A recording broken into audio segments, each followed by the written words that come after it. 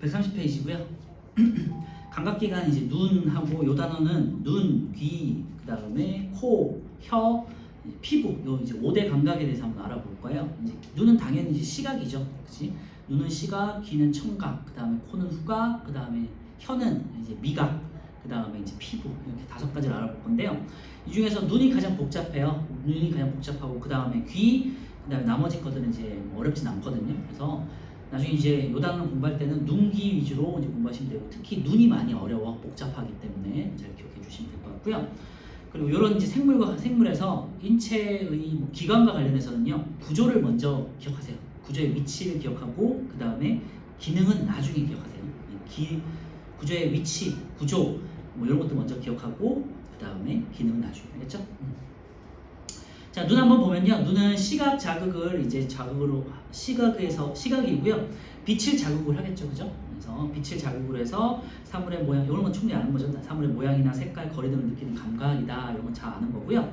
이제 눈의 구조와 기능을 잘 기억해야 되는데요. 그래서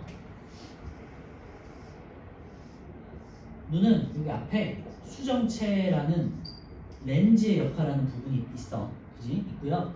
눈을 둘러싸고 있는 요 안쪽에 있는 물질은 유리체라는 액체가 들어있어요. 뭐 이런 건 중요하지 않아요. 유리체 이런 건 중요하지 않고요. 그냥 이런 액체 물질이 들어있다 정도만 기억하면 돼요. 그리고 이제 약간 어두운 색의 물질이거든요. 뭐 약간 거무스름한 색깔의 액체가 우리 눈 안에 들어가 있고요. 그 다음에 앞에는 이제 수정체라는 렌즈 역할을 하는 게 있다. 이 정도는 그냥 기본으로 알면 되겠고요. 일단은 눈을 덮고 있는 막을부터 볼게요. 그래서 오른쪽을 먼저 보시면 될 것 같아요. 그래서 눈에 막에 3개가 있어요. 이렇게 3개가 있는데 안쪽 막이 망막, 그 다음에 두 번째 막을 맥락막, 그 다음에 가장 바깥쪽에 있는 막을 공막이라고 해요. 그래서 우리가 이제 눈이 흰색이잖아요, 그지? 흰 자위인데 그게 공막의 색깔이 흰색이라서 그런 거예요. 그리고 눈의 안쪽은 사실 아까 말씀드렸지만 약간 검은색의 물질로 차여 있어요. 액체 물질로. 그래서 막이 3개가 있는데 공막은 이제 눈을 보호하는 역할을 해야지. 보호하고 지지하는 역할. 눈을 이제 동그랗게 유지시켜주는 역할을 하고요. 맥락막은 가운데에 있고요. 카메라로 치면은 암실 역할을 한다고 생각하면 돼요. 카메라에서 암실 역할은 뭐냐면 빛을 차단해가지고 어둠 상자를 만들어주는 역할을 하는 거예요. 여기서 빛이 들어와가지고 상이 맺히면 또렷하게 맺히려면 안에가 깜깜해야지 뭔가가 조금 또렷하게 보일 수 있잖아요. 그치? 그래서 빛을 차단하는 역할을 한다고 생각합니다. 그러니까 예를 들면은 집에서는 암막 커튼 같은 거 있잖아요. 커튼 그런 역할을 한다고 생각합니다. 빛이 들어오는 걸 막는 역할. 그래서 암실. 그리고 망막이 이제 상이 맺히는 곳이에요. 그래서 이제 카메라의 뭐 스크린처럼 상이 맺히는 곳이고 여기에 세포가 이제 2가지가 있어요. 그래서 시각 상이 맺히는 세포가 2개가 있는데 보자. 원뿔 세포, 막대 세포 이렇게 2개로 나눠지고요. 중요한 건 아니에요. 이제 중력에서는 원뿔 세포는 이제 색을 감지하는 거고요. 이제 빛의 색이 3색이야. 어떤 색이 있냐면은 빨간색, 파란색, 초록색 이 3가지를 얘 세포가 있거든요. 3가지를 감지하는 세포가 섞여 있어가지고 이게 이제 조합으로 이제 여러 가지 색이 만들어지는 거예요. 그래서 원뿔 세포는 3가지 색을 감지하는데 빨간색, 파란색, 초록색 이 3가지를 섞어가지고 이제 우리 눈 속에 이제 섞여 있는 거예요. 그래서 예를 들면요, 빨간색과 파란색이 합쳐지면은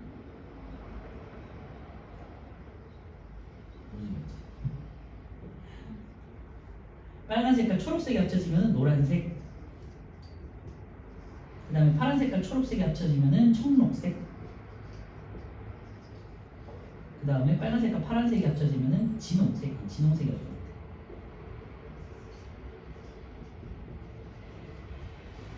이런 식으로 이제 색깔이 점점 이제 다양해지는 거거든요. 이런 색깔들이 합쳐져서. 그리고 막대 세포는 명암을 구분해요. 어둡고 밝은 거 있잖아요, 그치? 그래서 뭐 요건 중요한 건 아닌데 어쨌건 이 우리 안쪽에 있는 망막에 이런 다양한 세포들이 있어서 우리가 색을 감지하고 빛을 이제 감지해서 또렷하게 상에 맺히는 거예요. 알겠죠? 이건 중요한 건 아니니까. 망막에는 시각 세포가 있다. 이 정도만 기억하면 돼요.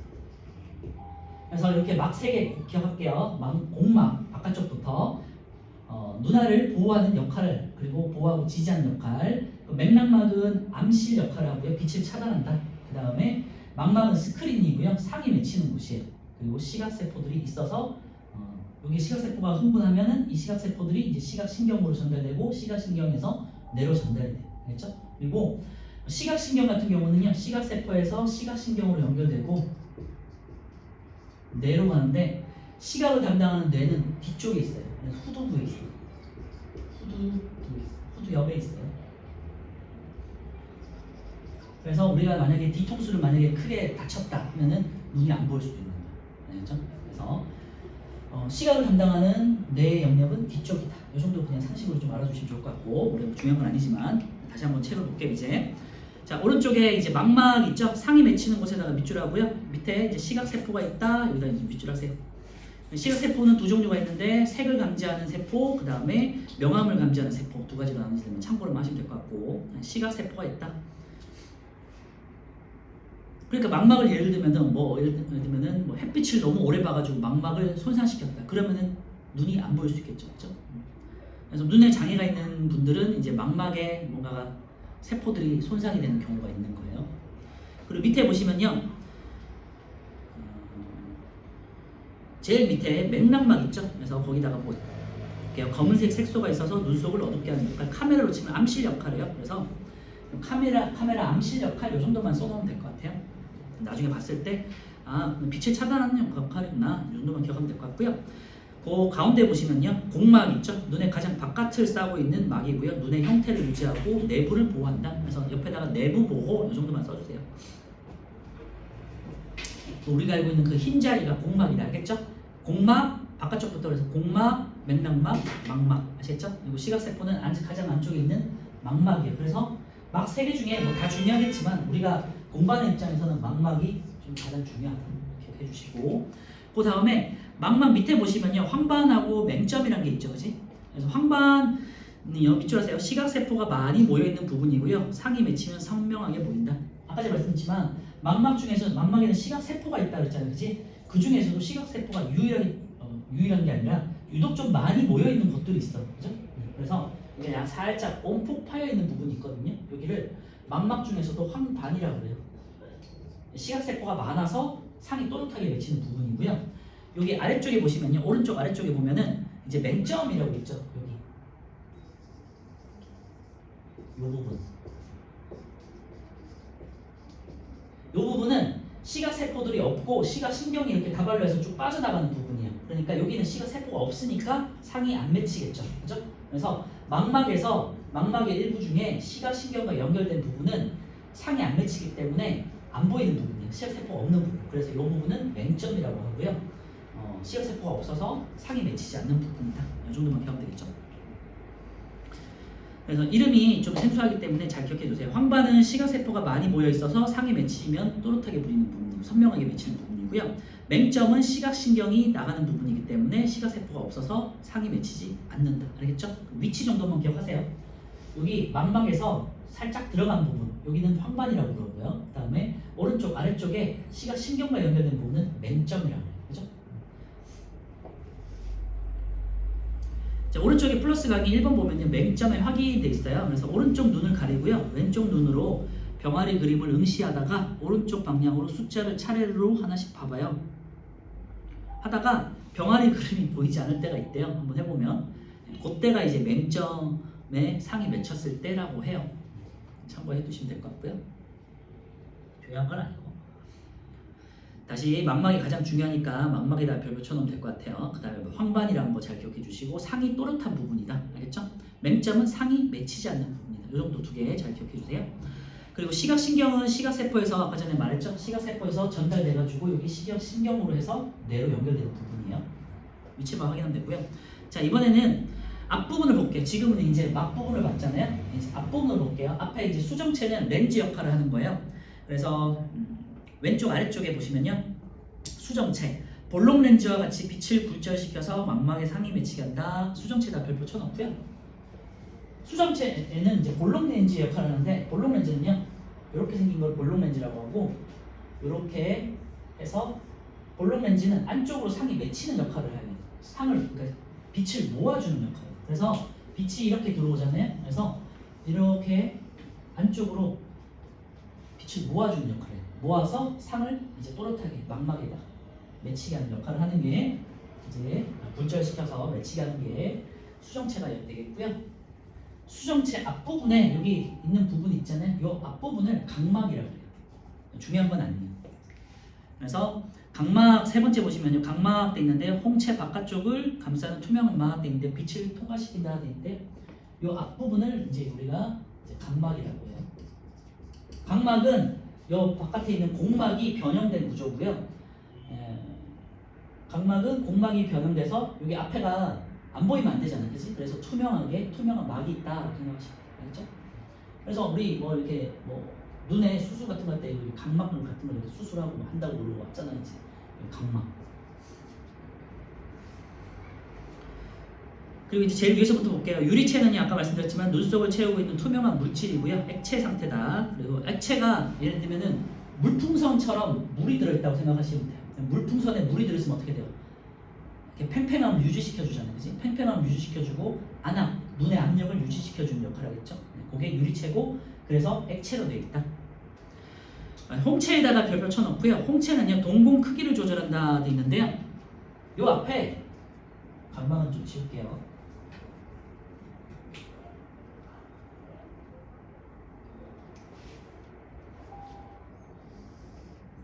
요 앞에 이렇게 연결된 이제 근육이 있어요. 이렇게 홍채라는 근육이 있어요.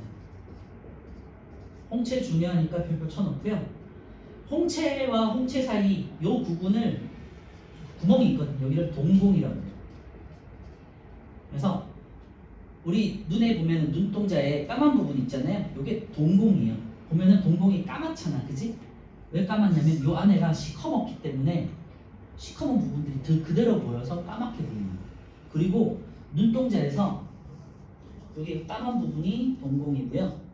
그러니까 그 구멍이 뻥 뚫려 있는 거야. 그 다음에 요 주변에 이렇게 뭐 한국 사람들 같은 경우는 약간 갈색 부분, 약간 진한 갈색 무늬에 홍채라는 게 있어요. 요게 근육이에요. 요거는 커졌다가 작아졌다 하는. 그러니까 뭐 고양이 같은 경우는 이제 홍채에 의해서 동공이 커졌다가 작아졌다가 되게 또렷하게 보이잖아요, 그치? 사람도 여기 홍채라는 게 있어가지고 홍채라는 근육을 통해 가지고 동공 크기를 조절해서 빛의 양을 조절하는 거예요. 그래서 홍채가 굉장히 중요하고요. 홍채의 역할은 동공 크기를 조절해요. 동공 크기를 조절해서 빛을 조절해요. 빛의 양을 조절하는 거예요.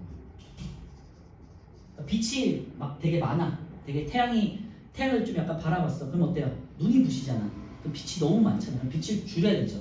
그러면은 홍채가 확장이 돼가지고, 확장이라는 표현을 쓰는데 이제 안쪽으로 커지면서 안쪽으로 들어오면서 구멍을 쭉 조이는 거예요. 그렇죠? 이렇게 해서 안쪽으로 이렇게 들어오는 거예요. 이걸 확장이라고 해요. 그래서 홍채가 확장되면서 동공 크기를 줄여가지고 빛의 양을 줄여요.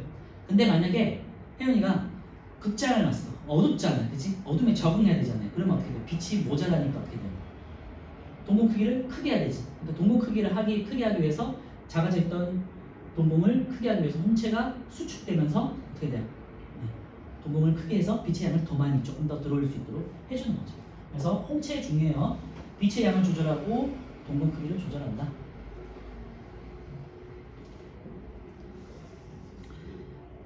그래서 홍채에다가 별표 쳐놓고 동공 크기를 조절해서 빛의 양을 조절한다. 밑줄에 놓고요. 그 다음 각막 넘어가고요. 그 다음에 각막은 그냥 공막의 일부가 변형된 투명한 막이다. 이 정도만 생각해 주시면 되고요. 동공은 이제 구멍이 있다고 그랬죠. 눈 쪽으로 빛이 들어오는 구멍이에요. 일종의 뭐 동굴 입구라고 생각하시면 되겠죠.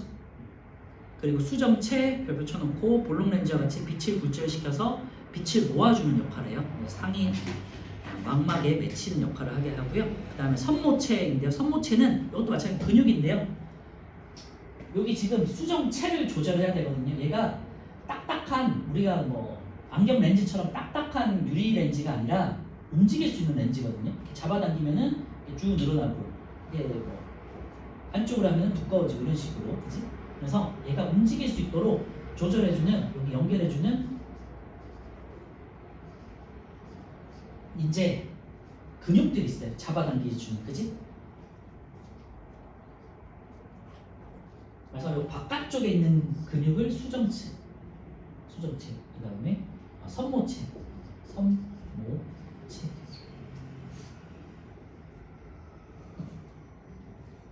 어이. 그래서 홍채는 동공을 조절해서 빛의 양을 조절하고요. 선모체는 이 수정체의 두께를 조절해가지고 원근감을 조절하는 거야. 아직 우리가 렌즈를 안 배워가지고 이제 잘 생소할 텐데, 렌즈, 볼록 렌즈 같은 경우는 가늘고 길으면요 이렇게 멀리 빛의 양을 멀리 조절할 수 있기 때문에 멀리 있는 걸 볼 때는 수정체가 가늘어져야 돼요. 그리고 가까이 있는 걸 볼 때는 두꺼워져요. 이렇게 빵빵하게 두꺼워지면 이제 가까운 쪽에다가 상을 내어주기 때문에 가까운게 보는 거예요. 그래서 수정체가 그러니까 두껍고 짧을 때는 가까운 곳, 수정체가 가늘고 얇을 때는 먼 곳을 볼 때예요. 그러니까 먼 곳을 볼 때는 잡아당겨야겠지. 그리고 가까운 곳을 볼 때는 이렇게 늘어나야겠죠. 늘어나서 이렇게 수정체 쪽으로 가야겠죠. 이런 걸 조절하는 게 이제 선모체의 역할이에요. 그래서 홍채, 선모체, 망막 요거 꼭 기억해 두셔야 돼요. 이해했죠? 선모체는 수정체의 두께를 조절한다. 다 근육이에요. 홍채도 근육이고 선모체도 근육이에요. 알겠죠? 네, 이 정도까지 기억해 두시면 될 것 같고요. 3번에 보시면은 물체를 보는 과정은 그러니까 시각의 전달 경로가 되겠죠. 그래서 요거 구조를 보시면 돼요. 빛이 들어와서 처음에 각막을 거치겠죠, 그렇지? 각막은 넘어가고 그다음에 동공을 지나가지고 수정체에 들어가는 거죠. 그래서 시각의 전달 경로는 빛, 그다음에 동공을 지나서 수정체, 그다음에 수정체를 지난 다음에는 유리체를 지나겠죠, 그렇지? 유리체, 그 다음에 망막에 있는 시각세포, 그 다음 시각세포들이 이제 정기적인 흥분 자극으로 이제 시각신경에 모여요. 그 다음에 뇌, 이게 이제 시각의 전달 경로가 되겠어요. 순서대로죠. 빛이 각막과 동공을 거쳐서 수정체, 그 다음에 유리체, 그 다음 망막에 있는 시각세포, 시각신경, 뇌. 알겠죠? 그래서 수정체에서는 빛이 굴절되는 곳이고요. 그래서 수정체 옆에다가 밑에다가 이렇게 한번 써놓을까요? 빛이 굴절되게 빛을 모아주는 역할을 하고요. 그 다음에 망막에 있는 시각세포가 이제 상이 맺히는 곳이죠. 여기가 이제 상이 맺히는 곳이고요. 망막이 상이 맺히는 곳이고,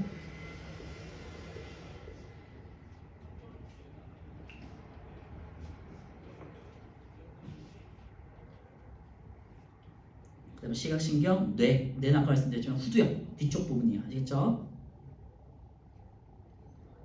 오른쪽에 1번하고 2번 한번 채워볼까요? 왼쪽 보면서 한번 해보세요. 눈이 좀 복잡하기 때문에.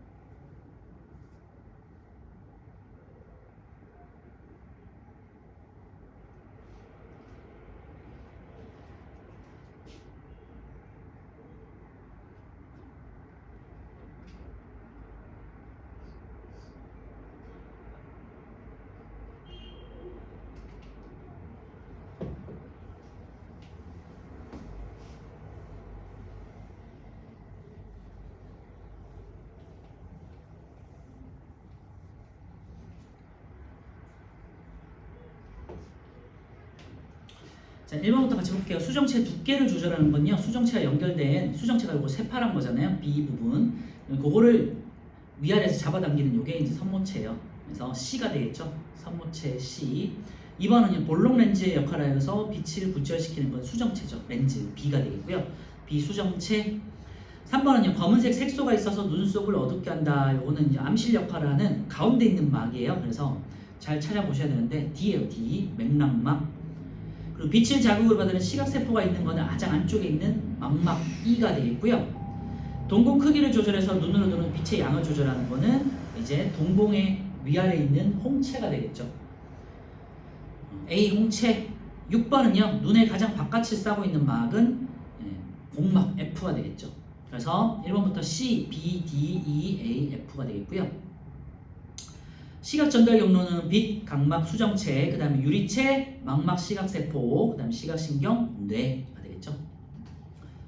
자, 이번에는 4번의 눈의 조절작용인데요. 4번에다 별표 쳐놓고요. 이거 굉장히 좀 헷갈리거든요. 그래서 무조건 한 문제는 나오는 거고 시험에서도 좀 헷갈리기 때문에 잘 기억해 주셔야 돼요. 첫 번째, 동공의 크기 변화인데요. 밝기에 따른 동공 변화예요. 이거는 이제 명암이라고 써놓을까요?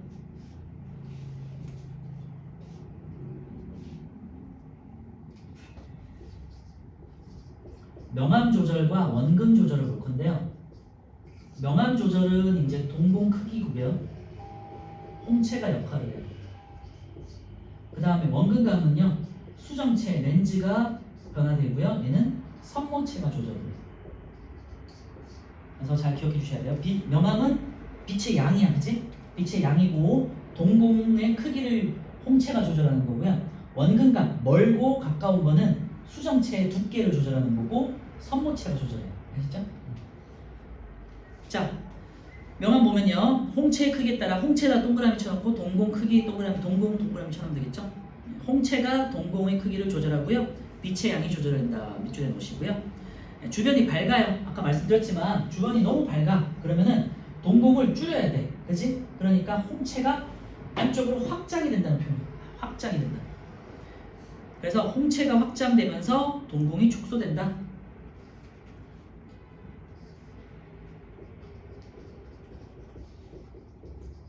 밝을 때는 빛의 세기가 셀 때죠.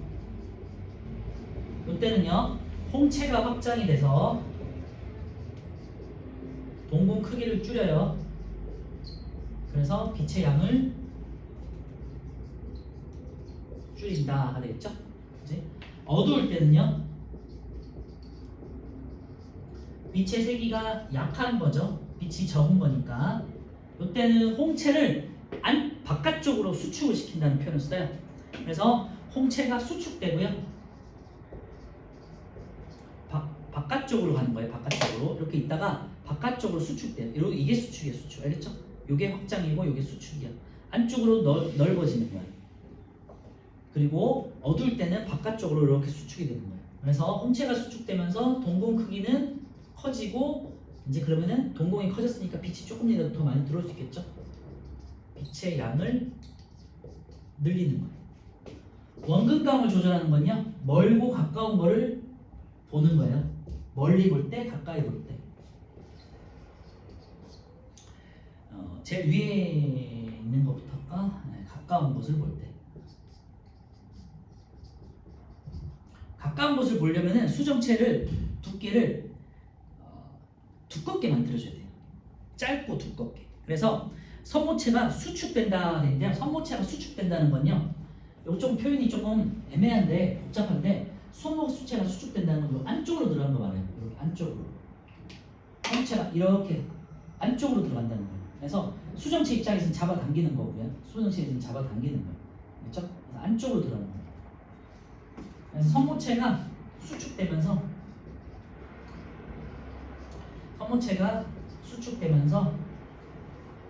그 다음에 수정체가 두꺼워지고요. 수정체가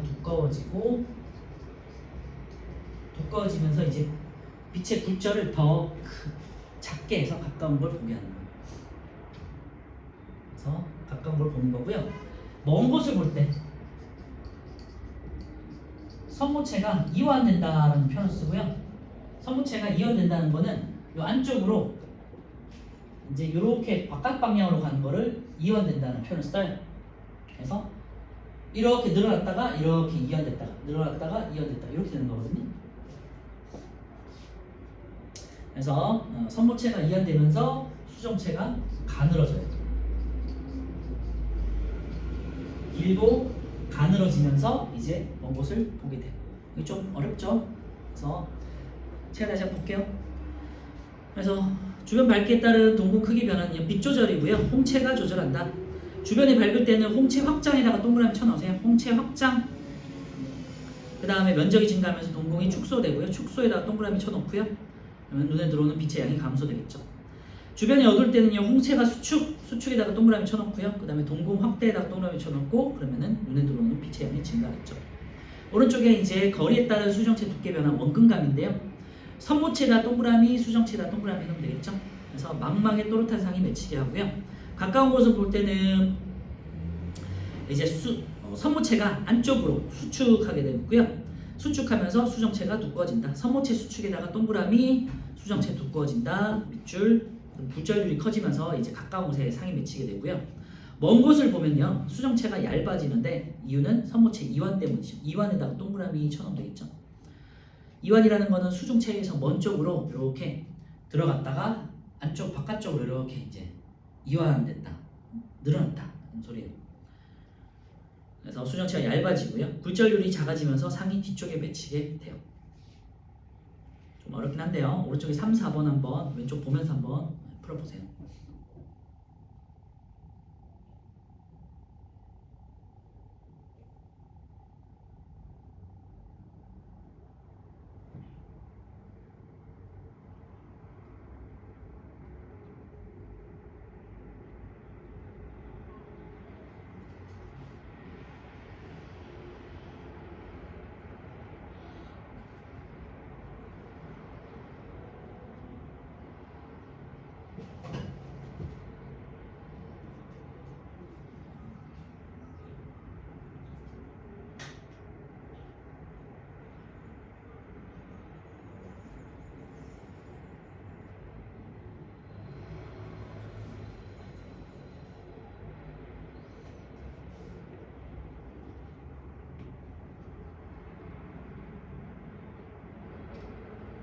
자, 1번에 가는 주변이 이제 동공이 작은 거잖아요. 검은 자위가 동공인데 축소돼 있죠. 그러니까 밝을 때 이제 빛의 양을 조절하기 위해서 동공이 이제 작아진 거예요. 그래서 밝을 때의 상태로 홍채가 확장돼 있다. 동공 주변에 있는 그 갈색 부분이 이제 홍채고요. 홍채가 되게 좀 넓은 걸 알 수 있죠. 2번은요. 가에서 나로 변할 때 동공의 크기는 커졌고요. 눈으로 들어오는 빛의 양은 이제 증가하겠죠. 동공이 커졌으니까 빛의 양은 증가한다. 4번은요. 먼 곳을 볼 때는 선모체가 이제 먼 곳을 볼 때는 가늘어져야 되기 때문에 수정체가 가늘어져야 되기 때문에 이완하게 되겠고요. 이완해서 얇아지고요. 가까운 곳을 볼 때는 선모체가 수축해서 안쪽으로 들어오면서 수축해서 그 다음에 수정체의 두께가 두꺼워진다. 수축해서 수정체의 두께가 두꺼워진다. 이렇게 하면 되겠죠. 자, 이제 두 번째 피부 볼 건데요. 피부는 피부 감각이고요. 피부를 통해서 부드러움과 따뜻함, 딱딱함, 차가움, 따뜻함, 아픔 같은 것을 느끼고요. 여기도 이제 5가지의 감각을 느낄 수 있어요. 통점, 압점, 촉점, 냉점, 온점이라고 하고요. 피부가 느끼는 5가지 통점, 통증이고요. 압점은 누르는 거, 그러니까 촉점 같은 거고요.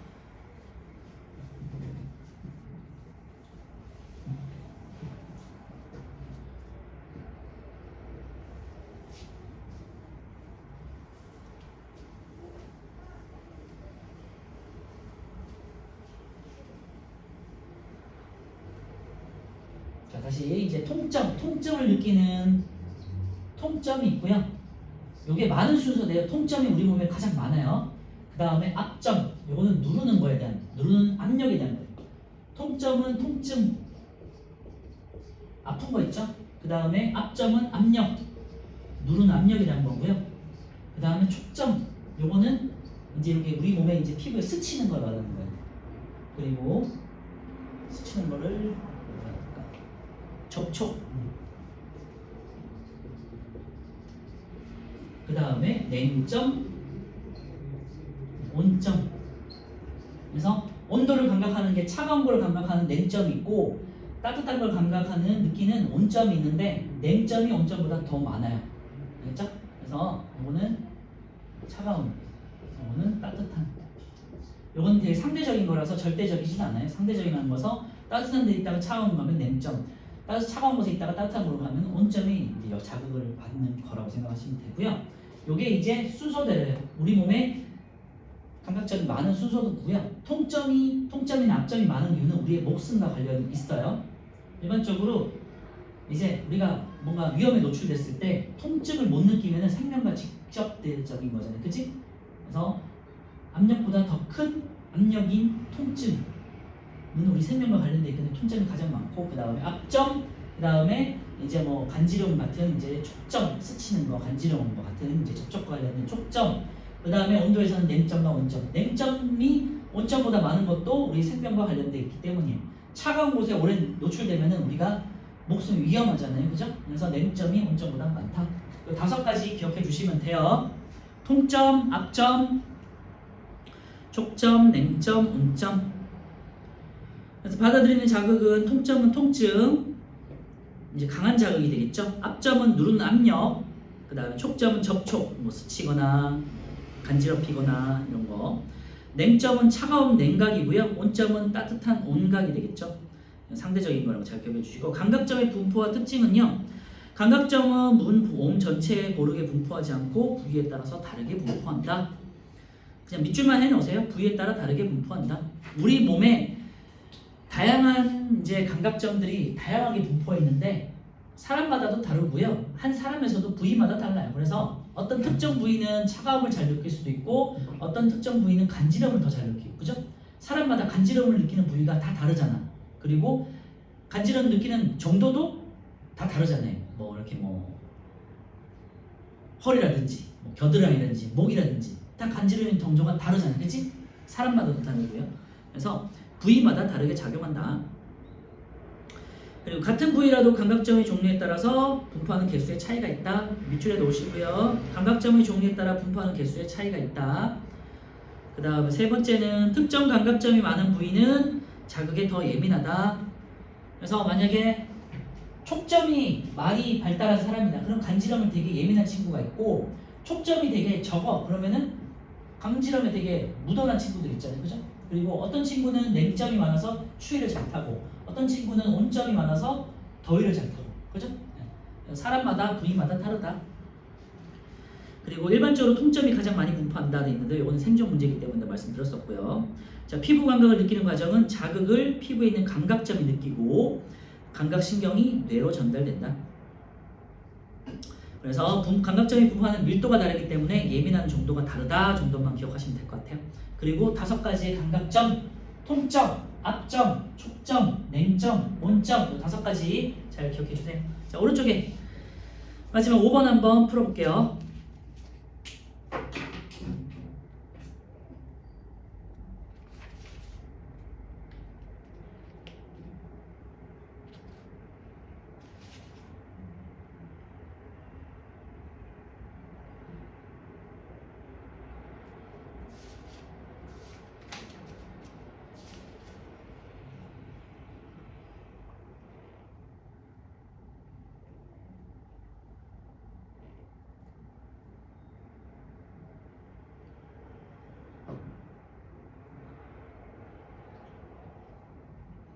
자, 5번에 감각점은 몸 전체에 고르게 분포하는 게 아니라 불균일하게 분포되어 있죠. X.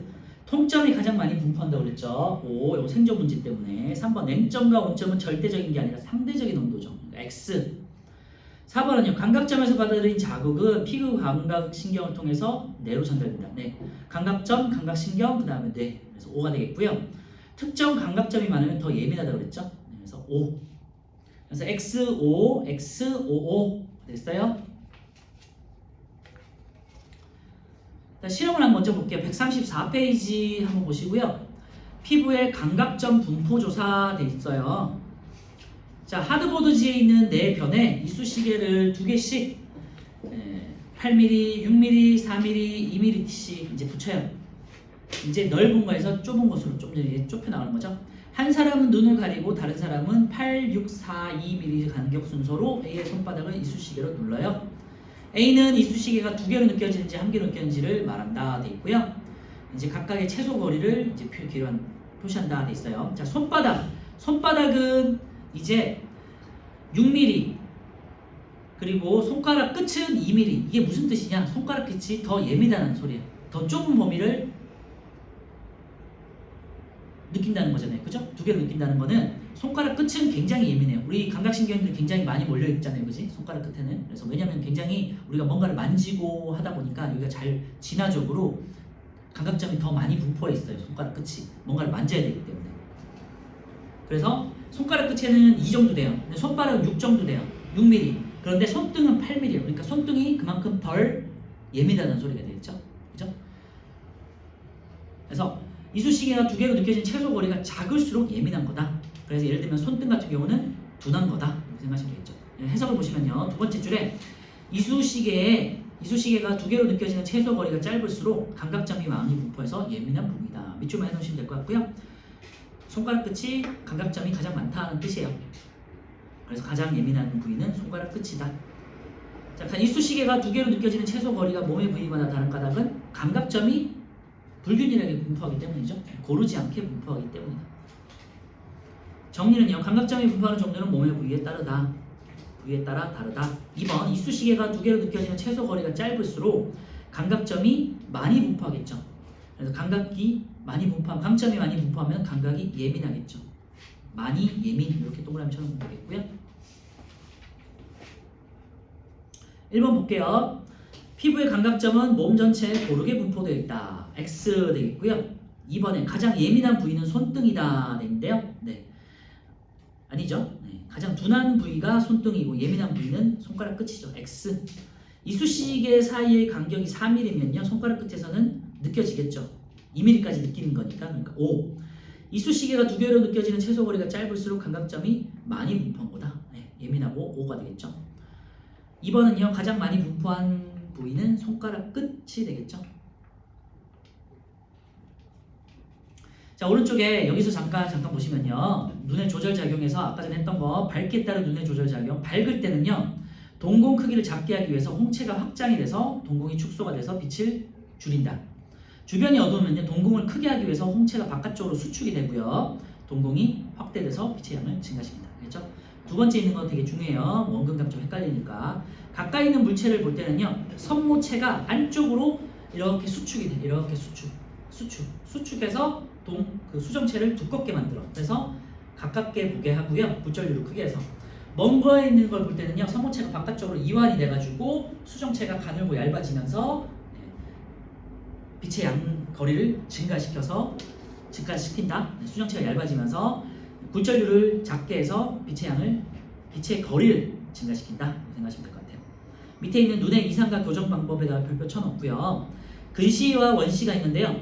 근시는 이제 우리가 앞에 있는 게 보이는 거예요. 멀리 있는 물체가 잘 보이지 않고 가까운 게 보이는 거예요. 근자가 가까울 근자야. 그래서 근시, 보통 우리 학생들이 눈이 나빠가지고 안경 끼는 거 있잖아요. 보통 이런 일반적인 경우가 근시 안경이 되겠지, 그치?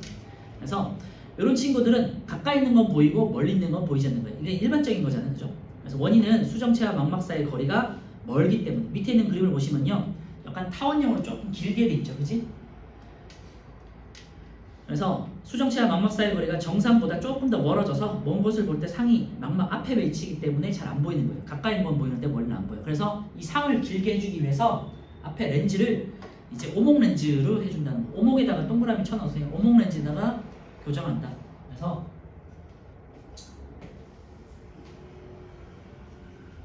글씨는 가까운 게 보이는 친구들이야. 멀리 있는 게 안 보여. 그래서 이 친구들은 오목 렌즈로 이렇게 고정을 하고요. 그래서 우리 일반적으로 학생들이 쓰는 렌즈는 오목 렌즈예요. 그래서 오목 렌즈를 이렇게 보면은 다른 친구들이 볼 때는 이렇게 쫙 띄워놓고 보면은 눈이 되게 작아 보이고 그렇게 되잖아요. 그래서 렌즈 앞에다가 여기다가 오목한 렌즈를 이렇게 써요. 그러면은 빛이 이렇게 조금 확장돼서 가기 때문에 확장돼서 이렇게 되기 때문에 평소보다 이 빛의 거리가 늘어나요. 늘어나서 뒤쪽에 망막에 더 잘 닿도록 해주는 거기 때문에 어몽 렌즈를 쓴다는 거고요. 원시는 가끔 친구들 중에 일반적인 렌즈 말고 눈이 되게 커 보이는 볼록 그 돋보기 안경 쓰는 친구들 있잖아요. 그 친구는 다른 경우에요. 멀리 있는 게 보이고 가까운 게 안 보이는 경우예요. 보통은 이제 할아버지 할머니들이 돋보기 안경이라고 하는 그런 안경을 쓰잖아요. 그래서 가까운 게 안 보이기 때문에 이제 노안인 경우와 그 다음에 이제 그냥 유전적으로 어떤 친구들 중에서는 이제 원시인 경우가 있어요. 이런 친구들은 이제 볼록 렌즈로 교정을 하고요. 볼록 렌즈가 이제 돋보기예요. 돋보기 안경. 이 친구들은 이 빛의 거리가 되게 길기 때문에 얘를 짧게 해줘야 돼요. 그래서 앞에다가 이런 수정체와 비슷하게 생긴 볼록 렌즈를 해서 이렇게 한번 모아주고 이렇게 모아줘서 상의 앞쪽에 맺힐 수 있도록 해주는 거예요. 모아주고 해서 이런 게 이제 원시 교정 렌즈가 된다. 그래서 글씨는 오목 렌즈, 원시는 볼록 렌즈를 쓴다. 이 정도만 참고해 두시면 될 것 같아요. 그래서 오른쪽에 원시 밑에다가 볼록 렌즈로 빛을 모아서 교정한다. 이것만 체크해 주시면 돼요. 볼록 렌즈 동그라미 하시면 돼요. 네, 넘겨서 우리 1번부터 7번 아니면 10번까지 눈과 피부에 대해서 한번 풀어볼게요. 1번부터 10번까지.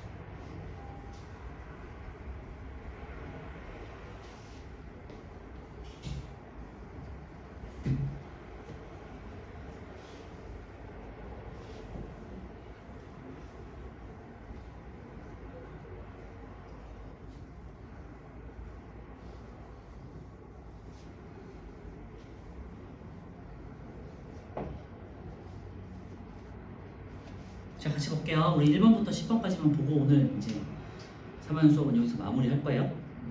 1번 이제 각 부분에 대한 설명을 옳은 것 되어 있는데 뒤에서부터 보시면요. G가 가장 안쪽에 있는 이제 망막, 그 다음에 망막에 있는 황반 될 것 같네. 그 다음에 F 같은 경우는 가장 안쪽 막이니까 망막, 그리고 E가 바깥쪽에 있는 공막인가? 공막 같고요. H는 이제 맹점이죠. 시각신경에 모여있는. A는 이제 동공을 조절하는 홍채가 되겠고, B는 수정체, C는 각막, 그 다음에 D는 수정체를 조절하는 선모체예요. 그래서 답은 5번이고요. F는 물체의 상이 맺히는 곳이다 되는데 F는 망막, 상이 맺히는 곳이에요. 자, 동공의 크기를 조절한다. 이거는 홍채가 되겠고 A가 되겠죠. 나는요, 검은색 색소가 있어서 눈속을 어둡게 하는 역할, 맥락막. E는 공막이 아니라 맥락막이었군요. 이제 E가 되겠죠. 그래서 이번엔 1번 되겠고요. 3번은요, 뿅아리가 보이지 않는 순간이 나온다. 이건 맹점 때문이라고 그랬죠. 시각세포가 없는 곳이 있기 때문에. 그래서 H, 맹점이라는 거고요. 그래서 황반하고 맹점 잘 기억해 두세요. 이름이 좀 어렵기 때문에. 황반은 망막 중에서도 상이 시각세포가 많아서 또렷하게 맺히는 부분을 황반, 그 다음에 시각세포가 없어서 상이 맺히지 않는 부분을 맹점. 알겠죠? 자, 4번은요, 물체를 보는 과정, 그러니까 이제 시각 전달 경로를 찾으시면 되고, 답은 3번이에요. 빛, 각막, 그 다음에 각막을 거쳐서 이제 동공, 그 다음에 수정체, 유리체, 망막에 있는 시각세포를 흥분해서 시각신경, 뇌로 전달이 된다. 4번에 3번이고요. 5번은 동공이 이제 작아졌잖아요. 동공이 작아졌다는 것은 밝은 곳으로 갔다는 소리죠. 그러니까 홍채가 확장되면서 이제 동공 크기가 작아졌다. 5번에 1번 되겠죠. 그래서 빛의 양을 줄였다. 6번은요, 수정체가 A에서 B로 변했대요. A는 가느니까 먼 곳이었고요. B는 가까운 곳으로 보는 거예요. 그래서 두꺼워졌으니까, 가늘다가 두꺼워졌으니까 가까운 곳을 본 거예요. 가까운 곳을 봤다는 거는 이제 수정체가 수축하면, 선모체가 수축하면서 수정체가 두꺼워진 거예요. 그래서 6번에 3번, 먼 곳을 보다가 가까운 곳을 보았다. 이게 3번이고요. 민서는 밝은 낮에 어두운 극장에서 영화를 보고 어두운 곳에 있었어요. 근데 극장 밖으로 나갔어요. 그럼 갑자기 밝아졌겠지, 그지? 갑자기 밝아졌으니까 빛이 너무 많아지잖아요. 그러니까 빛의 양을 줄여야겠지. 그러니까 홍채를 확장시켜서 동공을 수축해야겠죠. 그래서 홍채 확장, 동공 축소. 그 다음에 비행기가 날아가는 것을 보려니까 멀리 있는 걸 봤겠죠. 그러면은 수정체를 가늘게 해야 되니까, 수정체를 가늘게 하려면은 선모체는 앙쪽으로 이완이 돼야겠죠. 그래서 선모체 이완, 수정체 얇아짐. 7번에 3번 되겠어요. 이런 게 조금 어렵단 말이죠. 8번은요, 피부 감각에 대한 설명이 되어 있고요. 감각점은 몸 전체에 고르게 분포하지 않죠. 그래서 답은 1번이 틀린 거죠. 통점이 가장 많고, 그 다음에 통점, 앞점, 촉점, 냉점, 온점 순이라고 했어요. 이제 생명과 관련된 것들이 가장 많다. 4번은요, 같은 부위라도 감각점의 종류에 따라서 분포하는 개수의 차이가 있기 때문에 예민한 정도가 다르죠. 그리고 사람마다도 다르게 되겠고, 5번은요, 피부 감각을 느끼는 과정은 자극, 감각점, 감각신경, 네. 8번에 1번이고요. 피부의 온도 감각에 대한 실험이다 돼 있고요. 이제 상대적인 거라는 거예요, 그죠? 25도씨에서 있다가 15도씨로 가면 차갑게 느끼고, 25도씨에 있다가 35도씨로 가면 뜨겁게 느끼는 거죠. 그래서 왼손은 35도씨에 넣었으니까 15도씨에 있다가 25도씨, 35도씨에 있다가 25도씨 이렇게 됐군요. 그럼 왼손은 35도씨에 있다가 25도씨였으니까 차갑게 느끼는 거겠죠. 오른손은 15도씨에 있다가 25도씨였으니까 따뜻하게 느끼는 거고, 그렇죠? 그래서 왼손은 따뜻하게 느낀다, 틀렸죠. 차갑게 느끼고, 오른손은 따뜻하게 느끼는 거죠. 둘 다 틀렸고 디귿만 맞네요. 냉점과 온점은 상대적인 온도 변화를 감지한다. 9번에 디귿. 그래서 3번. 10번은 아까 전에 봤던 실험이고요. 결론 알죠? 이제 손가락 끝이 이제 더 최소 거리가 짧다는 건요. 손가락 끝이 그만큼 감각점이 많아서 예민한 소리가 되겠고 소리가 되겠고 반대로 손등은 굉장히 둔하다는 거죠. 그 이유는 감각점이 분포가 적기 때문이죠. 자, 1번 몸의 부위에 따라 감각점이 분포하는 정도가 다르다. 맞네. 감각점 사이의 거리가 짧을수록 손가락 끝이고 감각점이 많이 분포한 부위는 예민하죠. 감각점이 많이 분포한 부위일수록 이쑤시개가 두 개로 느껴지는 최소 거리는 짧아지죠. 답은 5번이고요. 이쑤시개의 간격이 7mm일 때는 손가락 끝 손바닥에서 느끼지만 손등에서는 못 느끼는 거죠. 네. 그래서 10번에 5번 되겠죠. 여기까지 할게요 오늘은. 그리고 시험 대비를 좀 해보겠습니다.